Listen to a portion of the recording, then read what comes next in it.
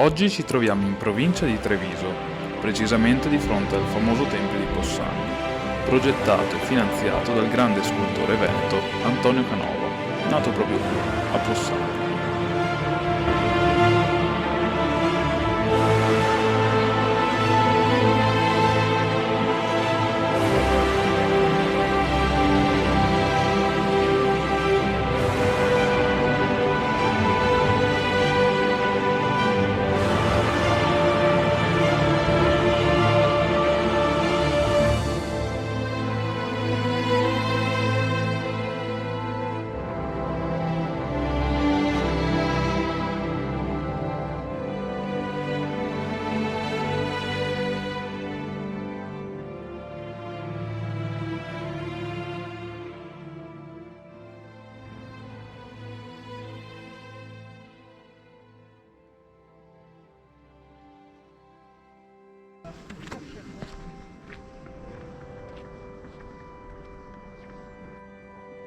In quest'opera, risalente a inizio Ottocento, Canova ha voluto unire due grandi strutture del passato, il Pantheon di Roma e il Partenone di Atene, con le tipiche colonne doriche.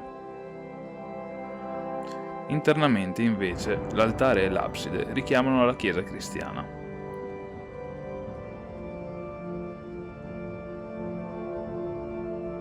Oggi il tempio costituisce la chiesa parrocchiale di Possagno ed è ad ingresso libero. Per chi volesse, con 2,50 € c'è la possibilità di salire sulla cupola per osservare il panorama dall'alto sulla pedemontana veneta.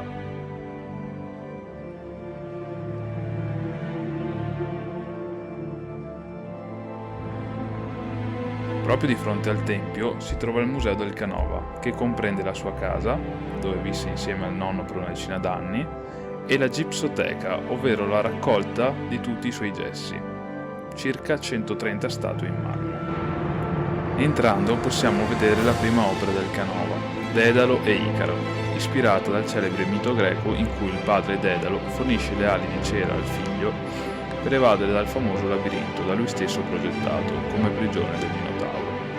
Secondo la tradizione, avvicinandosi troppo al sole, le ali di Icaro si sciolsero e lui precipitò. Canova riprende questo mito per illustrare in realtà il suo rapporto con il nonno Pasino, che faceva lo scalpellino. Infatti, ai piedi della scultura possiamo notare due strumenti da lavoro, il martello e lo scalpello. Alcune statue sono state rovinate in seguito alla Seconda Guerra Mondiale, in cui venne colpita proprio la gipsoteca del Canova. Tra queste anche la statua delle Tre Grazie, ricostruita circa una decina d'anni fa, grazie ad una tecnica scansione. Le Tre Grazie sono rappresentate dalle tre figlie di Zeus, Aglaia, Eufrosine e Talia, che simboleggiano la bellezza, l'intelligenza e l'abbondanza. Una delle statue più imponenti nel museo è quella di Napoleone Bonaparte, statua peraltro commissionata da Napoleone stesso. Questa statua però non piacque a Napoleone, che voleva essere scolpito in vesti di combattente, mentre Canova lo ritrasse nella sua novità. La statua fu infatti posizionata in una stanza secondaria del Louvre. Poi abbiamo altre statue come Venere e Adone, Ercole e Licia, Teseo e il Minotauro.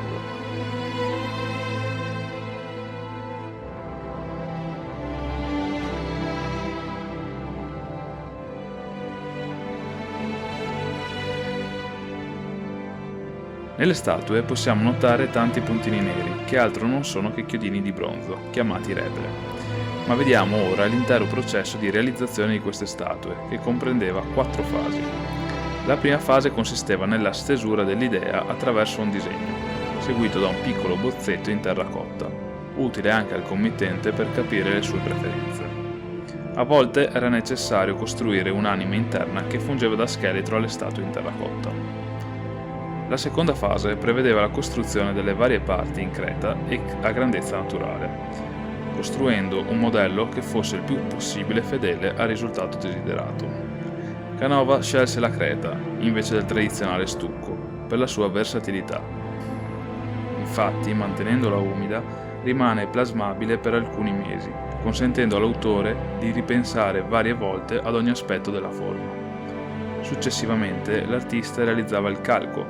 Il modello in argilla, quindi, veniva attraversato da lamelle in ottone o in rame, che costituivano la linea di divisione delle due valve in gesso per creare l'impronta del busto.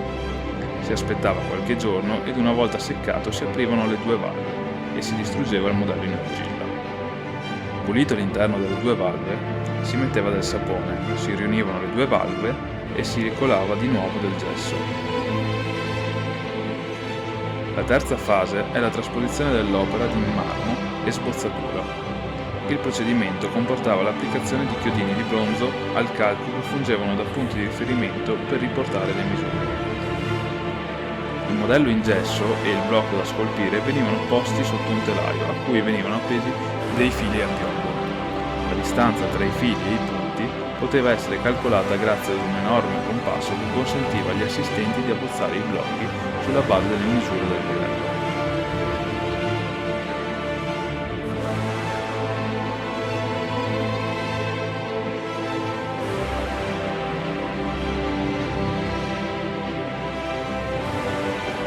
L'ultima fase era la rifinitura da parte del canova, attraverso raspe, pietrapomice e paglia per dare la rigatura finale. Tra gli strumenti è presente anche un trapano, che era solito usare appoggiandolo allo sterno, facendo forza con il suo corpo. Con l'andare del tempo questa lavorazione causerà un'occlusione allo stomaco del canova e quindi la sua morte nel 1822 a Venezia.